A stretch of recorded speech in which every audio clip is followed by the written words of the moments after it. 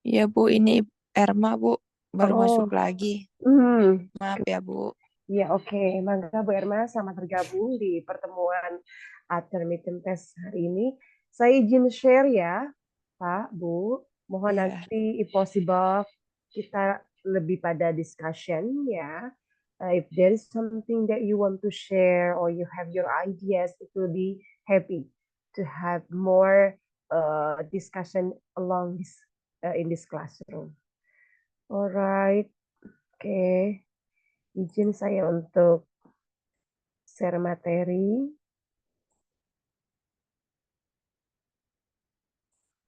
Oh, oke, tunggu sebentar.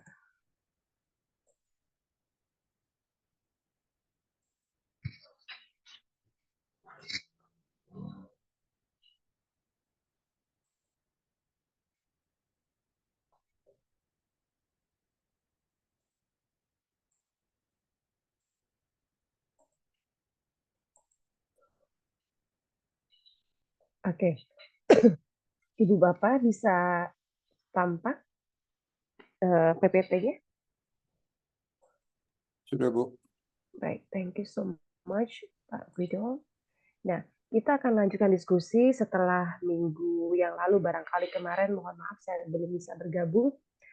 Ada beberapa hal atau misalnya kriteria dalam menentukan studi kelayakan. Nah, sekarang kita akan melihat bagaimana menganalisis resiko.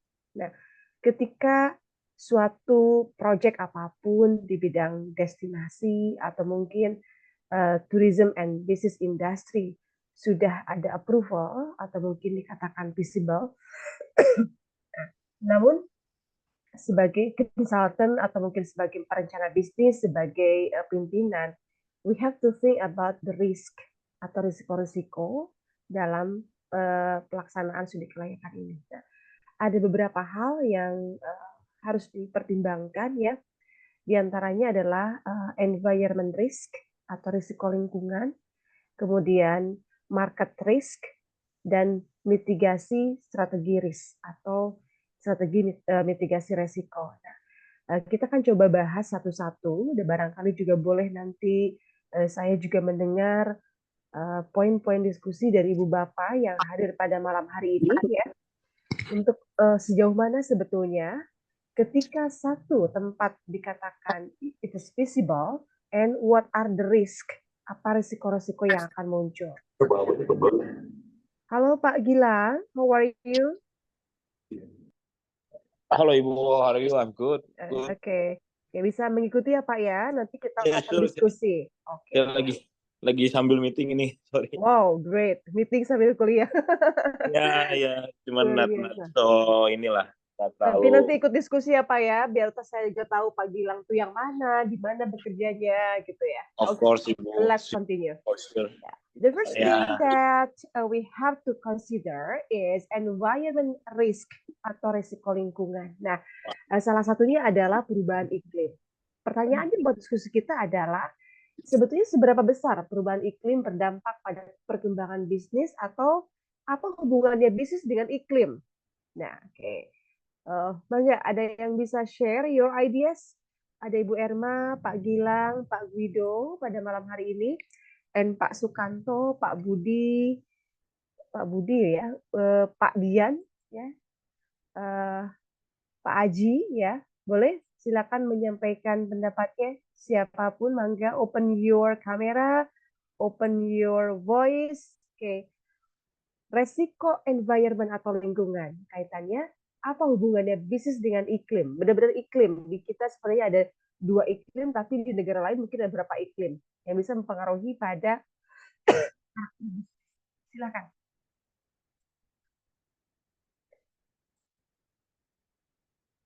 Mangga, ini siapa? Pak Dian? Mangga Pak Dian? Atau sedang sibuk juga? Oh, Pak Gilang. Pak Gilang mau bergabung Pak? Silakan Pak. Seberapa besar sih Pak perubahan iklim yang berdampak pada perkembangan bisnis? Bisnis apapun Pak. Whether for the culinary business or hospitality industries, destination business. Dalam lingkup tourism ya Pak, diskusi kita pada malam hari ini. Please Pak Gilang. Pak Gilang suaranya masih belum dibuka, Pak. Yes, mangga, Halo Pak. Ibu. Yes, silakan, Pak. Ya, saya cuma mau berbagi pengalaman aja ya Bu ya. Yes, sure. Kayak, kalau buat iklim sendiri tentu sangat berpengaruh ya. I was working in river cruise before. I work for 3 years in Jerman. Oke. Jadi kalau di sungainya itu kita ada perairan Rhine sama Danube. Jadi Oke. kebayang kalau masuk winter itu si sungainya itu kadang freeze ya, jadi kayak beku gitu. Dan kita sebagai pengunjung akan freezing juga gitu? Ya otomatis kita nggak bisa buat tamu dong kalau Alright. kayak gitu kan. Jadi kan itu cross the antar negara, kadang kita hari ini di Belanda, besok di Jerman, kadang di Hungari gitu. Jadi kadang itu yang bikin saya rasa sih itu sangat berpengaruh ke sektor pariwisata sendiri, apalagi di sektor cruise ya atau hospitality waktu itu saya kerja. Okay. Terus, jadi itu sih Bu. So what are the anticipation or strategic business? Karena kan itu sebuah resiko atau mungkin ada regulasi khusus di musim ini, regulasinya ini, atau mungkin segmen pasarnya jadi perubahan. So what do you think? Iya, tentu sih kalau dari pihak manajemen sendiri kita coba untuk kalau di sana kan kita kayak di sungai ya, kalau di river cruise tuh. Jadi kayak kita tuh second plan-nya kita coba untuk jalanin namanya messe. Messe itu jadi kayak open restoran, tapi misalnya kita hari ini di Düsseldorf karena kita nggak bisa jalan ke let's say ke Kohem karena sungainya freeze gitu. Jadi kita bikin messe jadi open for restoran for public. Jadi orang-orang kalau winter bisa makan di cruise kita atau di kapal kita. That's good idea sih Bu actually. Cuman artinya manajemen sudah bisa melakukan forecasting. Melakukan itu, tapi kalau kita untuk bawa tamu it's quite difficult karena kita nggak bisa garansi tamu itu bakal nyampe ke yang tujuannya gitu. Oke. Nah, bagaimana kalau misalnya tamu tersebut tidak paham tentang perubahan iklim, tapi dia ingin masih berkunjung ke negara tersebut. Nah, atau ada edukasi khusus nggak sih gitu kan ya? Tentu ada edukasi karena kan di Eropa sendiri kita udah tahu musim winter itu otomatis sungai beku tuh apa aja. Jadi kita stop selling maksudnya kita nggak open for public. Gitu. Jadi kita emang benar-benar cuman maintaining si kapalnya sendiri sama open restoran gitu. Oke, ini kan sebuah resiko. Kalau boleh tahu Pak Gilang, dari sisi business values ya, berarti ada satu masa, you say that stop selling. I mean, focus on the maintenance that push management. Oke.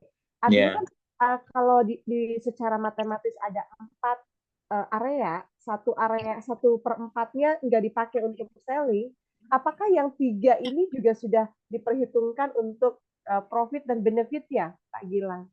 Sehingga 1 bulan, bukan 1 bulan, kita pasti ngerti sih Bu. Maksudnya dalam satu season itu kan let's say 3 bulan ya.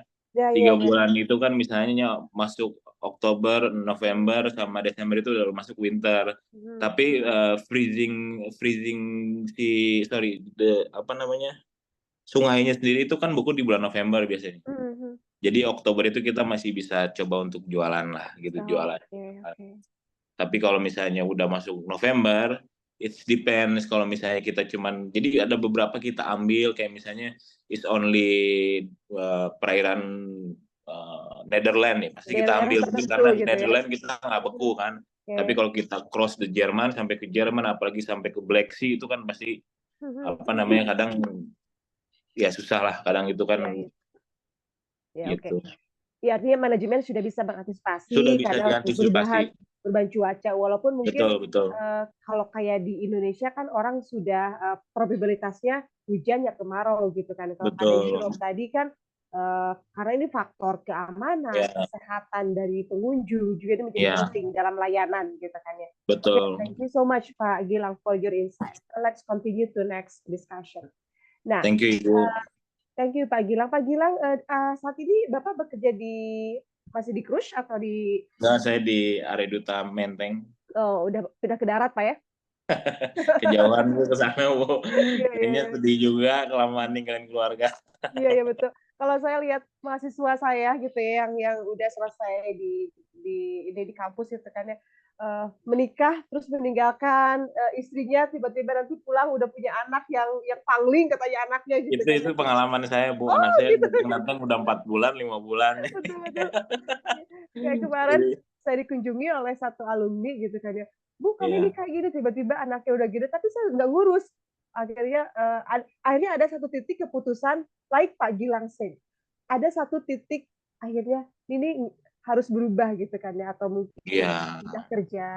Ya mungkin Ya dulu Pak Gilang sometimes masih muda ya. ya sometimes kerja kan nggak harus cuman karena uang, kita terlalu Iya, ambisi iya, juga kan gitu. iya, iya. Jadi saya tuh banyak momen yang saya lewatin di luar ya. Jadi saya Oke. berkarir itu banyaknya di luar sih Bu. Oke. Tapi mindset bisa sampai detik ini juga berproses kan Pak, nggak ujug-ujug Ya bahwa iya. ya Saya mungkin dari tukang cuci piring sampai cook helper. oh Kalau okay. I was start from very Oh, bottom line.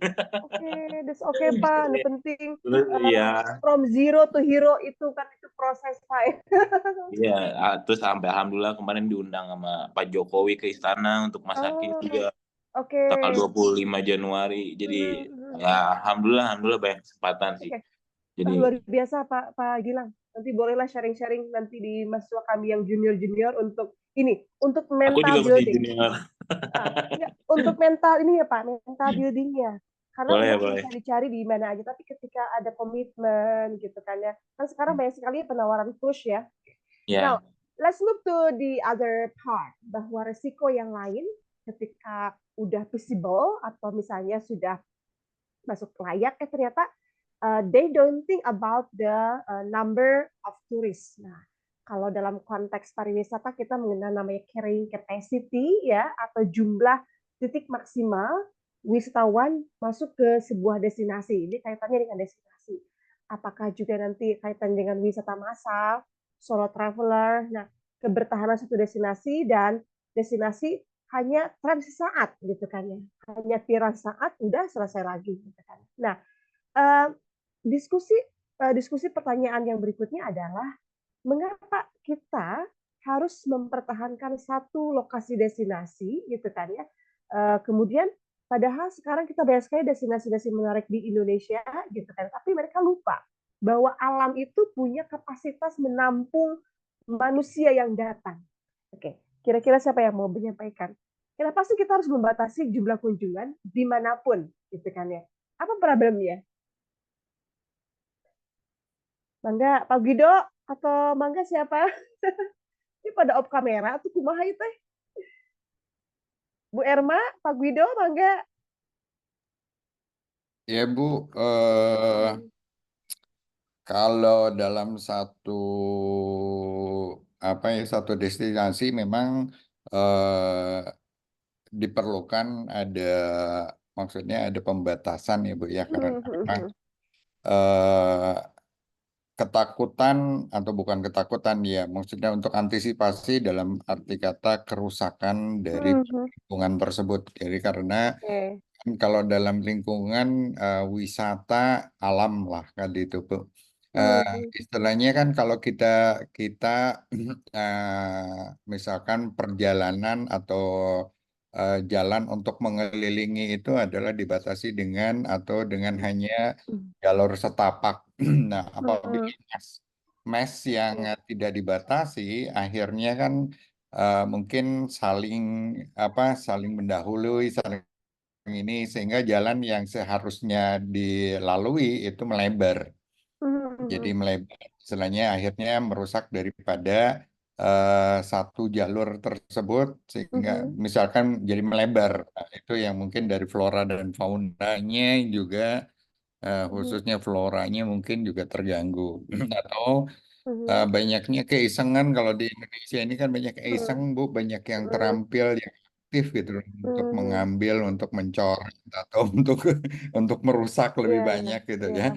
Jadi Mungkin hal-hal tersebut yang ini ya kalau dalam istilahnya di waktu apa ya bunga-bunga Edelweiss lah dan segala macam Ya, itu oke. kan seharusnya diambil dan Ya, diperjualbelikan. itu ada Ya mungkin itu salah dilindungi satu. negara ya, salah satu bunga yang dilindungi. Iya betul. Yang itu khususnya kalau di Gunung Pangrango dan segala macam atau pada saat sekarang yang menjadi menjadi sorotan ini di Bromo ya Bu ya. Karena Mhm. saking banyaknya yang namanya mobil-mobil carrier yang berupa jeep yang sampai ke atas itu Mhm. akhirnya memang populasinya sudah hampir di atas 1.000 ya. Jadi Ya, memang itu yang kemudian akan pathway-nya mungkin juga akan juga berubah. Kemudian Mhm. juga ya dari sisi pollution dan segala macam. By the way, Pak Gilang, thank you. You remind me of my first career juga di Jerman. Jadi Oh, tadi sorry Pak Gede also dengar-dengar your career in Sungai Swiss? Rin dan no, I'm in Jerman, Bu. Di Oh. cruise-nya sebentar saja, Bu, karena saya tidak suka. Akhirnya saya loncat ke darat. Oke, oke, oke. Di Jerman juga ya Pak, Bapak mengawali karir ya? Swiss, Bu. Oh, di Swiss. Oke. Ya. Baik, thank you Pak Guido. Ada yang ditambahkan Ibu Erma supaya juga saya kenalan. Kenapa sih Bu kita harus membatasi jumlah pengunjung di sebuah destinasi kaitannya dengan kelayakan satu tempat gitu kan ya. Mangga Bu Erma.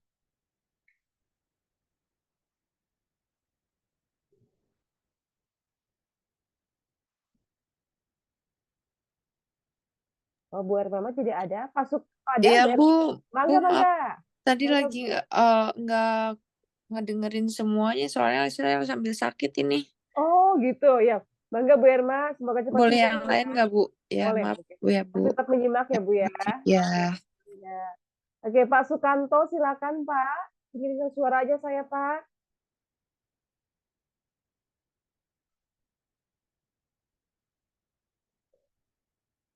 Oke, Pak Sukanto juga belum respon. Pak Dian, Ya Ibu, mangga Pak Dian, dibuka kameranya supaya terang yang mana orangnya. Kenapa sih Pak kita harus membatasi atau sebutnya sebagai carrying capacity dalam sebuah destinasi wisata?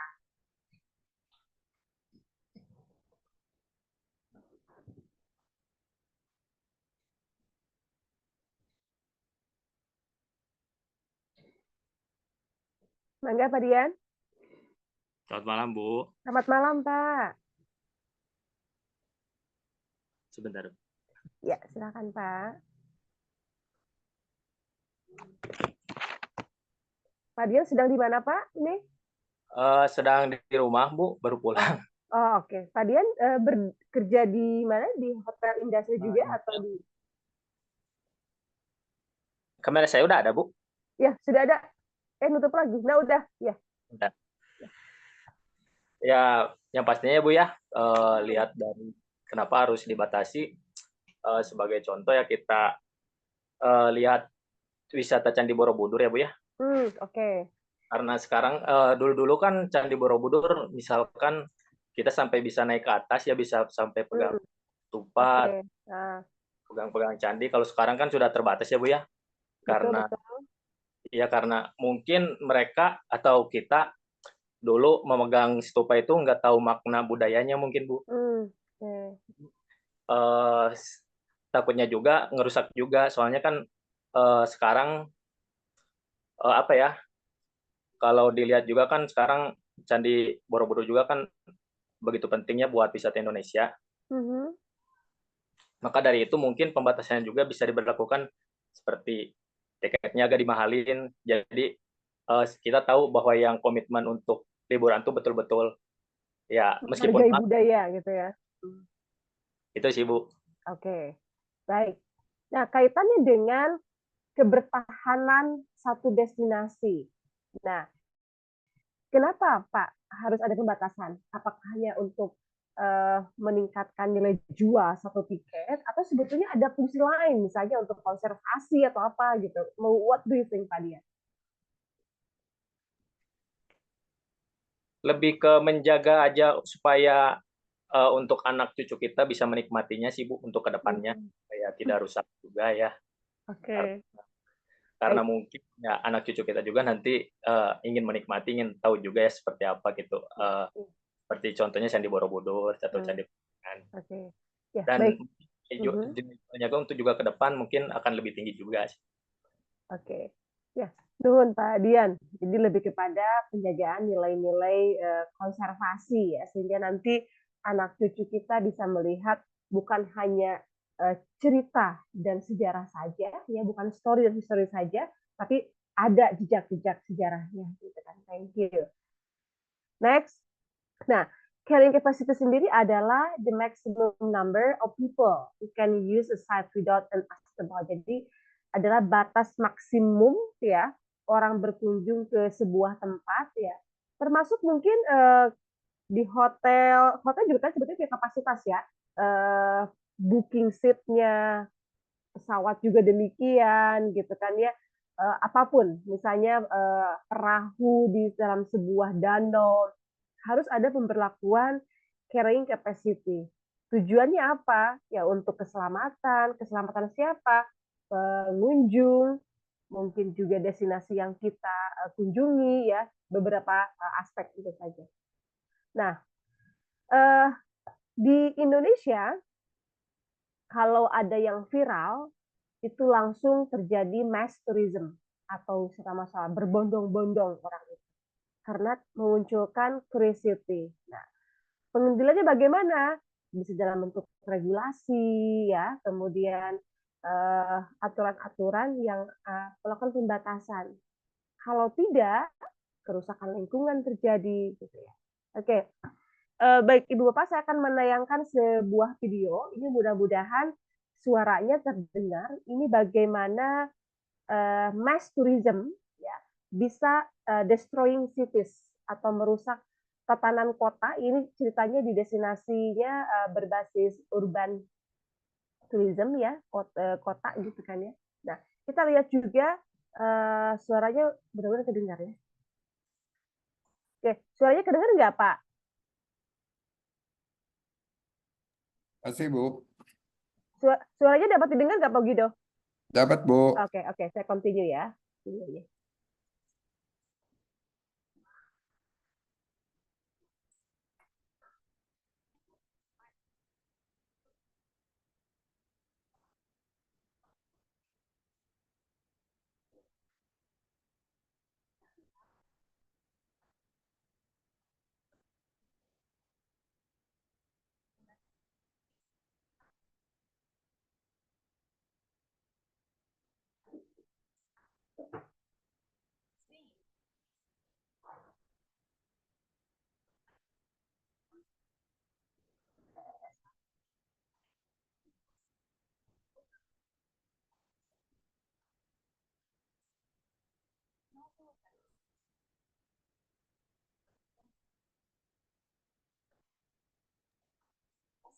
Hilang Bu suaranya?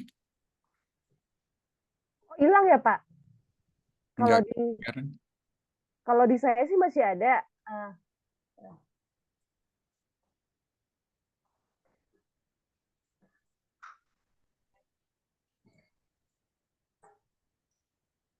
Nggak ada Bu. Dari awal suara videonya nggak ada, Bu. Oh, gitu ya. Oke. Gimana ya caranya biar suaranya ada? Tapi walaupun sebetulnya teksnya ada ya Pak ya, ini jadi kisah bagaimana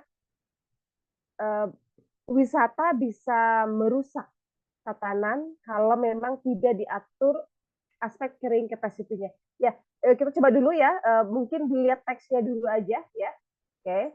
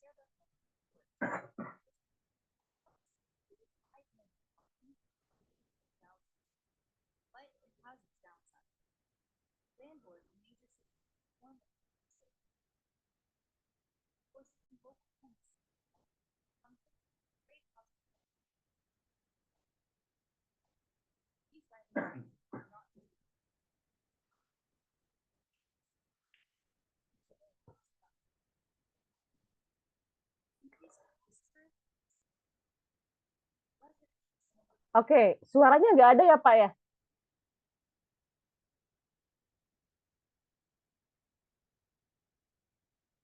Ibu Bapak, suara videonya tidak terdengar. Videonya hilang, Bu? Ya, sekarang hilang. Saya stop dulu. Yang tadi suaranya kedengar nggak Pak?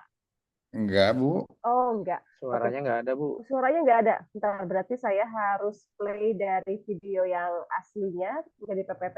Saya coba dulu buka ya.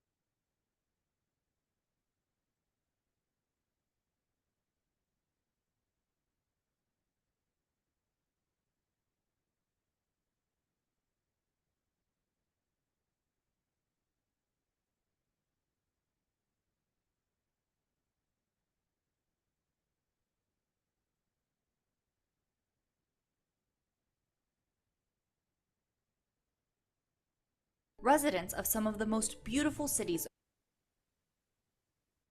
around the world have been protesting against tourism, and there has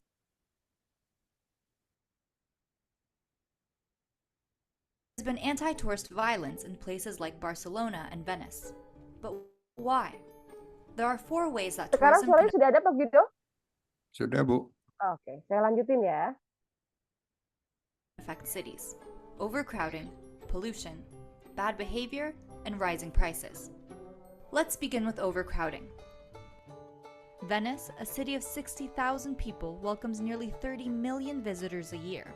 That's 76,000 tourists a day. Spain had 82 million visitors in 2017, with 9 million visiting Barcelona alone. There are even traffic jams climbing Mount Everest now. Overcrowding has an obvious effect on traffic, footpaths, and queues. It can also affect a city's culture and identity, like in Barcelona, where locals are complaining tourism is diluting its vibrancy and history. Tourists also bring with them pollution and waste. They consume heaps of water and food, while causing environmental damage to the destination. In Thailand, a beach has been closed to protect its coral reefs from tourists. In Indonesia, Bali's famously pristine beaches are now being swamped by garbage, and their underground water sources are being drained too quickly. The island predicts it will run out of its water supply by 2020. In Venice, cruise ships that bring thousands of tourists each day are damaging the local environment with engine pollution and water displacement. Tourism even accounts for 8% of global greenhouse gas emissions, mainly from transportation. And then there's the issue of tourists' bad behavior. There are many viral videos that show tourists behaving inappropriately, from airport check-in meltdowns and assaults on cabin crews to deliberately damaging ancient ruins. Locals in the Brazilian city of Rio de Janeiro are furious at drunk tourists at their infamous Ipanema beach.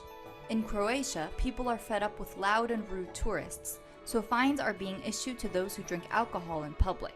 And Bali is even considering imposing restrictions on temples after tourists continue to climb on the holy sites or pose in swimwear. Finally, tourism causes a rise in prices, especially when it comes to short-term rentals. Like with Airbnb, an accommodation app where users can share their homes with tourists. It has grown enormously with over 5 million lodgings across 81,000 cities. But it has its downsides. Landlords in major cities make more money out of short-term leases on Airbnb, forcing local tenants to pay more. In some cities, it can raise housing prices as people look to invest in Airbnb homes. These rising prices are not just limited to Airbnb, though. In Cambodia, citizens were evicted from fishing villages so that resorts could be built on the beaches. The increased cost of living is forcing residents out from some of the most beautiful cities in the world. But there is hope. Cities are starting to recognize the impacts of mass tourism and are looking to introduce measures to deal with the load. Fines for behavior are being introduced in cities all over the world. Regulations are starting to hit Airbnb, with their listings in San Francisco, Barcelona, and Paris dropping. Iceland and Greece are instituting caps on arrivals. Venice is planning to divert massive cruise liners to reduce some of the environmental damage. And growing recognition of over-tourism could push visitors into more environmentally and culturally friendly tourism, in an attempt to save some of these delicate sites for generations to come. Oke, baik Ibu Bapak, itu adalah beberapa kondisi tentang bagaimana mass tourism bisa merusak tatanan satu destinasi. Nah, kaitannya dengan kelayakan studi bisnis sebagai yang pengembang atau mungkin yang sudah melakukan pengembangan satu destinasi, ini harus diperhatikan. Nah, tadi ada beberapa isu termasuk di Indonesia, ya. Di Indonesia tadi diungkap di Bali. Di Bali itu orang kan berbondong-bondong, banyak pengunjung yang climb up atau naik ke pura-pura gitu kan. Padahal di Bali sendiri pura itu kan sangat disakralkan. Begitu juga di negara-negara lain, ya.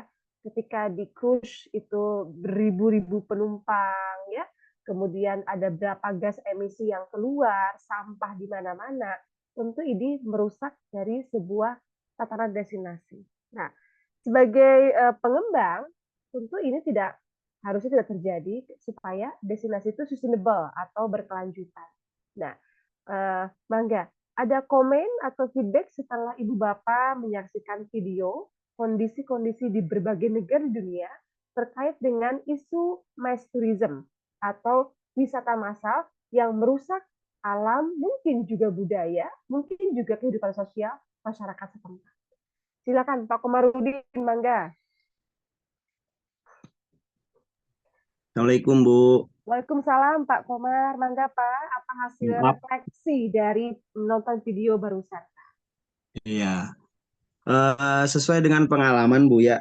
Kalau ambil intisarinya khususnya di Indonesia, kebanyakan sih dari peraturan setempat atau penyediaan fasilitas buat tourism sendiri sama balik lagi ke manusianya Bu. Ke manusianya. Contoh yang paling sederhana adalah waktu saya visit ke Denmark Bu ya. Di Denmark itu bersih banget, zero garbage lah Bu. Jadi mereka menyiapkan benar-benar tong sampah yang organik dan non-organik gitu ya, plastik, paper dan sebagainya. Mereka menyediakan dan edukasi terhadap masyarakat setempat pun bagus gitu. Mereka sadar akan kebersihan dan membuang sampah pada tempatnya gitu. Beda dengan kita, contohnya Indonesia gitu ya. Indonesia. Coba kalau saya misalkan pergi ke suatu objek wisata, sangat minim sekali dengan tempat-tempat sampah. Sehingga menjadi kesatu karena edukasi ke masyarakatnya pun kurang, kesadaran terhadap kebersihannya pun kurang, akhirnya ya mereka buang sampah ya sembarangan. Contoh kecil adalah di Cikole Bu. Cikole itu Lembang Pak. Betul. Itu percis di belakang rumah saya ada mungkin sekitar lebih dari 10 objek wisata di sana, Bu. Setelah terjadinya pembukaan hutan untuk objek wisata gitu ya. Akhirnya saya sering main ke belakang, sampah itu numpuk, Bu. Sampai mungkin 5 meter itu sampah numpuk. Udah dibungkusin sama mereka dengan plastik hitam gitu ya. Mungkin itu udah seminggu atau lebih dari seminggu nggak diangkut. Gitu. Jadi kalau saya lihat sih, kalau dari peraturan pemerintah sendiri atau tempat wisata sendiri sama edukasi atau kesadaran dari masyarakat atau manusianya sendiri terhadap kebersihan. Terus evolusi Bu ya. Tadi saya lihat dari evolusi masalah kayak di Spain. Oke. dari kapal pesiar ya. Kapal pesiar itu sekarang mereka udah menggunakan ini apa namanya bahan bakar yang ramah lingkungan, Bu. Oke. Kalau dulu benar apa namanya untuk ramah mungkin teknologi yang kurang gitu, terus penemuan yang canggihnya pun belum keluar gitu. Sekarang untuk evolusi kayak asap cerobong itu mereka udah apa namanya 80% udah ramah lingkungan lah gitu. Oke. Nah, Gitu aja sih Bu yang saya tangkap. baik, makasih Pak Komarudin. Tadi Ya. sangat menarik Pak, saya meng-underline bahwa sebetulnya ini lebih kepada perilaku atau behavior dari individu. Nah, kayak tadi Bapak testimoni ketika di Denmark Pak ya, bahkan zero garbage, zero waste, karena disiplinnya orang sana. Lalu apakah turis juga berpengaruh Pak dengan kebijakan lokal harus buang sampah pada tempatnya itu? Berlaku Bu, berlaku. Oke. Maksudnya, Bahkan saya pernah baca itu ya, pernah baca di peraturan di jalan itu membuang puntung rokok itu kenanya 10 euro Bu, oke. 10.000 euro dendanya. Ya. Itu dengan ini ya, dengan apa namanya apabila tertangkap dengan mungkin kamera kah atau Ya mungkin CCTV gitu tugas ya. kebersihan kah gitu. Ya. Sampai segitunya gitu loh Bu. Ya, mungkin negara terdekat seperti Singapura juga ya. Kalau kita ke Betul. Singapura, rasanya kita juga jadi Dulu Bu. adaptasi gitu ya, era lah gitu ya orangnya gitu. Nyampah gitu di kereta, di train gitu kan ya, dan lain-lain gitu kan. Terus balik lagi ke Indonesia, balik lagi jadi perilaku buruk gitu kan ya. Jadi sebetulnya apa ya? Apakah memang environment kita tidak mendukung atau memang jiwa kita yang tidak bisa menerapkan di negara kita sendiri? What do you think? Kayaknya dari kesadaran kitanya kurang, Bu. Kesadaran kita kurang, terus peraturan dari pemerintahnya pun tidak ketat gitu. Coba Ibu di Indonesia pernah nggak Bu berkunjung ke suatu tempat yang bersih gitu lingkungan? Hanya satu-satunya desa wisata, desa terbersih di dunia, hanya satu Pak. Dia mendapatkan penghargaan dari World Tourism Organization ya WTO, yaitu di Desa Penglipuran Bali. Itu yang sedang saya observasi juga. Tapi itu hanya satu desa Pak. Ketika Bali ke tempat lain, Bali ke tempat lain, ya sami mawon gitu kan ya, sampah di mana-mana gitu kan ya. Artinya apa mungkin local wisdom yang ada di Desa Penglipuran itu kan sangat sedikit ya masyarakatnya, rumahnya sangat tertata gitu kan ya. Itu juga akan berpengaruhi perilaku masyarakat adat setempat dan juga masyarakat luar yang berkunjung, dia juga jadi taat gitu kan ya. Nah, my experience ketika masuk itu, ketika mohon maaf, ketika saya pengen buang air kecil ya, ternyata toiletnya sederhana, tapi kebersihannya itu yang luar biasa gitu kan ya. Bersih, nggak ada hiji pun sampah, nggak ada sedikit pun dedaunan yang jatuh kotor gitu kan ya. Karena they have very high awareness, punya kesadaran yang tinggi, makanya diberikan apresiasi oleh dunia sebagai desa wisata terbersih di dunia waktu 4 tahun kebelakang. Nah, iya, betul Bu, betul. Kalau di Bandung mungkin ada sih komunitas sosial gitu ya di beberapa tempat, tapi itu pun sifatnya lebih kepada parsial ya. Parsial tuh belum semua mengakomodir masyarakat luas gitu kan ya. Nah, tapi mudah-mudahan sih ide-ide kecil yang tumbuh di masyarakat ini tentang sampah atau kebersihan juga bisa menginspirasi tempat-tempat yang lainnya gitu ya. Oke, kita lanjutin diskusinya. Ibu Bapak, saya izin share kembali untuk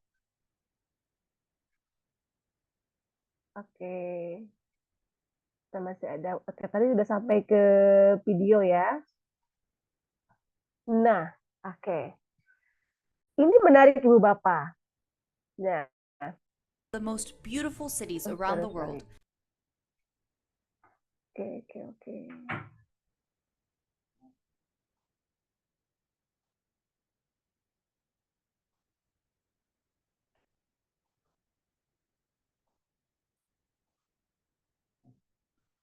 have been protesting against tourism, and there has been anti-tourist violence. Oke. Nah, ini adalah konsep Doxy Irritation Index yang mungkin dulu Bapak sedang kuliah di diploma atau mungkin pernah dengar ya. Ketika ada satu tempat yang menjadi viral ya, maka ada tahapan euforia. Nah, euforia, kemudian masyarakat mendapatkan perhatian yang banyak, gitu kan ya, pengunjung banyak. Nah, mereka lupa tuh ada tahapan-tahapan. Semakin banyak yang berkunjung, ya, mereka juga akan ada yang rusak alamnya sebetulnya. Oke. Nah, pertama sih euforia senang. Nah, kemudian ada tahapannya. Ternyata masyarakat juga mulai apati nih. Kok lama-lama dengan banyaknya pengunjung ya, ini saya temukan juga di sebuah destinasi ya di Kabupaten Bandung yang sedang saya observasi gitu kan ya. Si tempat ini tuh viral, rame banget. Nah, kemudian ada apathy. Mereka tuh melihat tourism ini sebagai investment. Banyak yang datang investor, tapi masyarakat lokalnya nggak diberi kesempatan untuk involved, terlibat. Nah, akhirnya apa? Ada annoyance. Masyarakat lokal mulai kecewa. Gitu kan ya. Kecewa dengan apa? Dengan adanya jumlah pengunjung tapi tidak seimbang dengan nilai benefit yang dirasakan.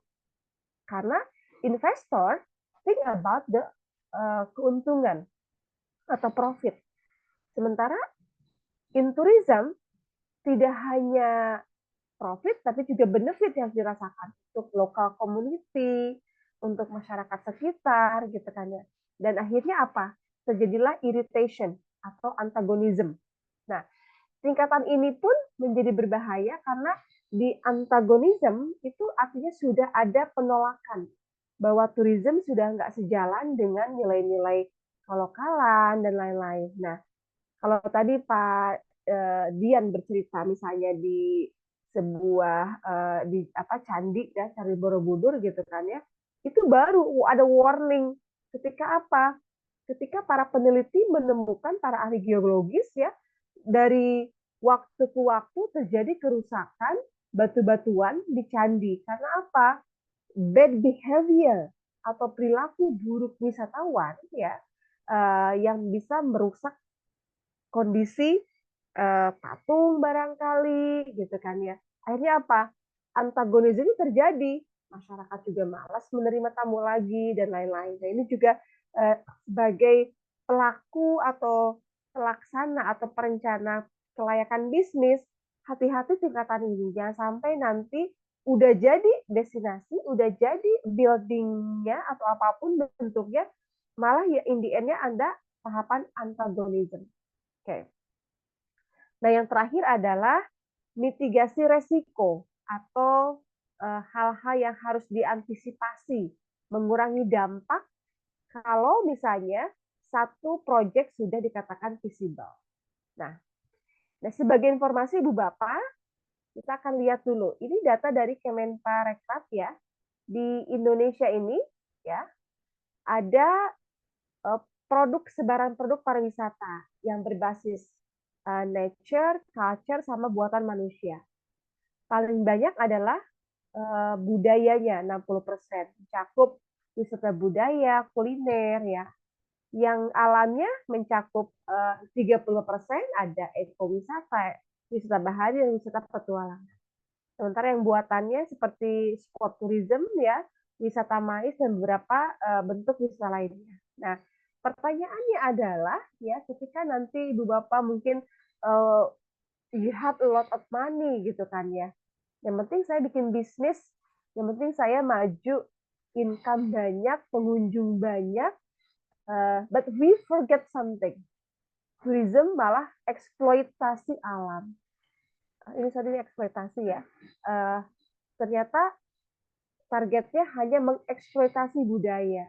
Pelibatan manusianya tidak dilatih dengan kesiapan skill-nya. Mereka lebih kepada unskill. Okay. My next question Ibu Bapak, what will happen? Boleh dijawab oleh siapapun ya. What will happen kalau pengembangan pariwisata ini hanya targetnya berbasis nature exploitation. Silahkan. Pak Komar sudah, Pak Dian sudah, Pak Guido sudah, Pak Gilang tadi sudah ya. Pak Sukanto belum ada suaranya sama Pak Aji nih, biasanya bersuara, mangga.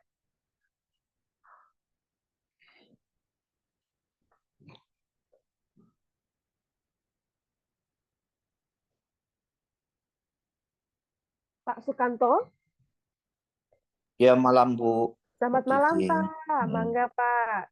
Pak, what will happen Pak kalau kita dalam pengembangan produk wisatanya lebih berorientasi pada eksploitasi alam yang uncontrollable atau yang tidak bisa terkontrol? What will happen Pak? Ya jelas, tentu alam itu akan rusak Bu kalau nggak dijaga gitu kan kondisinya. Sebagai Kalau pengembang bisnis, boleh pakai alat tulisnya boleh Pak ya? Iya bisa aja Bu, tapi kan harus ada batasan-batasannya gitu kan.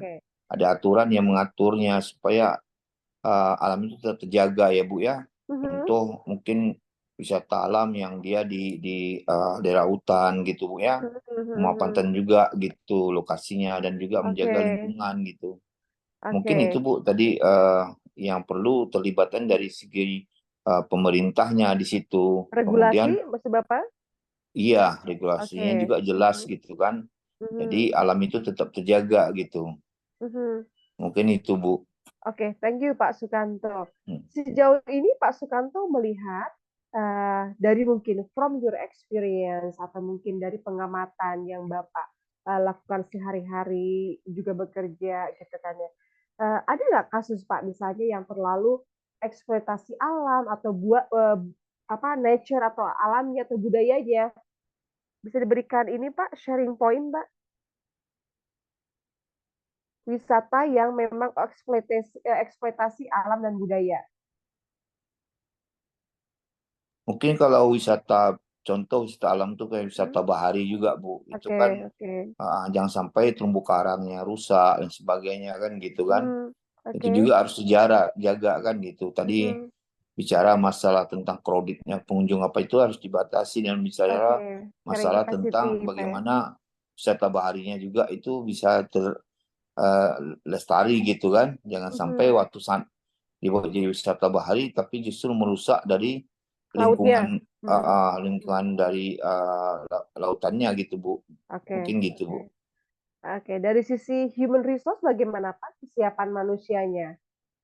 Yang mungkin orang-orang yang dekat destinasi mereka lebih kepada unskill atau zero skill, nggak punya kemampuan apapun. What we have to do?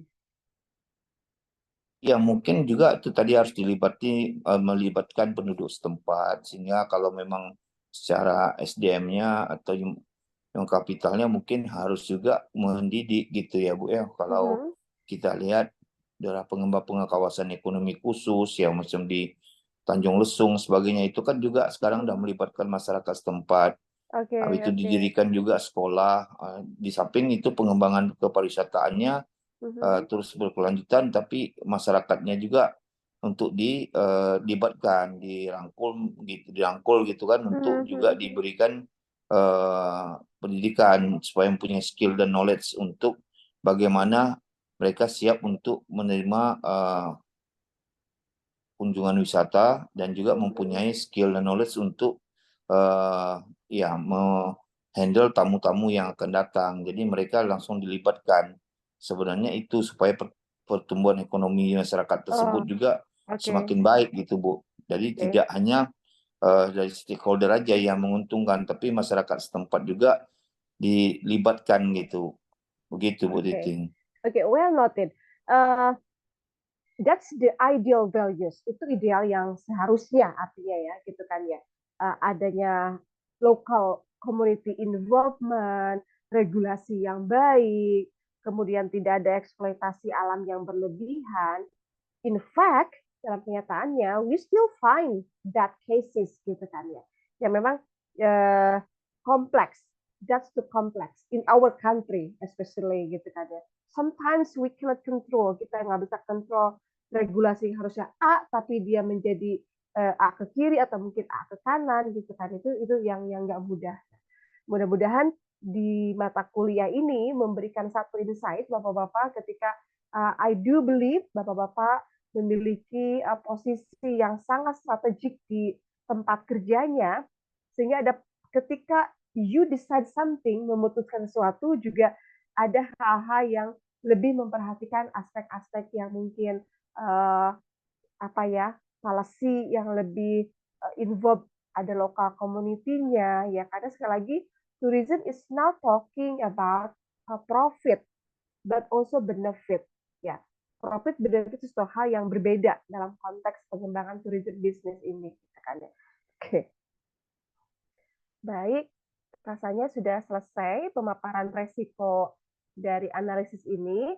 Baik, Ibu Bapak, jika ada pertanyaan yang mau disampaikan, saya persilahkan ya, supaya juga saya bisa tahu Ibu Bapak kehadiran di sini, yang sedang sakit segera disembuhkan ya. Mangga, if there are some question that you want to share, please.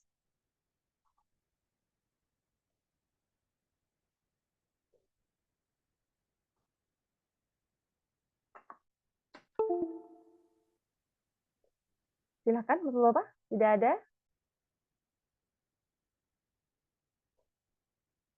Baik.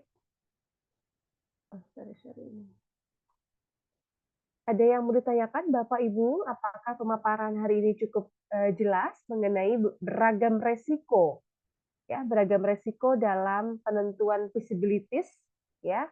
Kedepannya kita juga harus antisipasi supaya dapat minimize resiko-resiko yang terjadi. Cukup jelas, Ibu. Baik, cukup jelas. Baik, Ibu Bapak, kalau demikian, it's already 9 o'clock, meaning that. So I would like to say thank you so much for joining my class tonight. Ya, kalau bisa mungkin yang possible, you can open kamera. Sekali lagi saya mohon maaf menjelang bulan Ramadan ini, if there are some mistakes, ya. Mohon dimaafkan, mudah-mudahan Ibu Bapak yang Muslim bisa menjalankan ibadah puasa dengan lancar. Baik, cukup ya Pak Guido, tidak ada feedback yang lain, kita ketemu, nanti saya berbicara dengan admin berapa pertemuan lagi dan what will be for the final exam. Hatur nuhun semuanya ya, semoga diberikan. Ya? Iya Bu, terima kasih. Ya, sama-sama, sehat selalu ya. Terima kasih, Bu. Iya Bu, Ibu sehat selalu. Wabarakatuh. Waalaikumsalam. Waalaikumsalam.